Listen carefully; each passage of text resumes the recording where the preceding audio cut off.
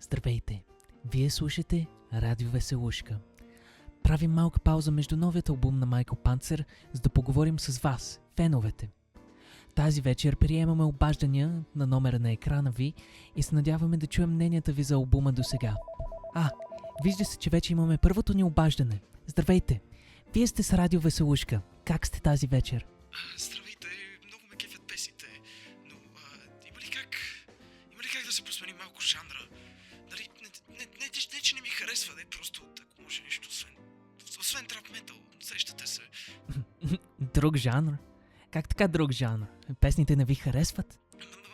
Много ми харесват, но може ли просто малко друг жанр, моля ви? Пиклето иска друг жанр, а? Панцере! Ела, тук имаме един пиклю тук, който иска друг жанр. Ела да направиш още няколко песнички за нахалника.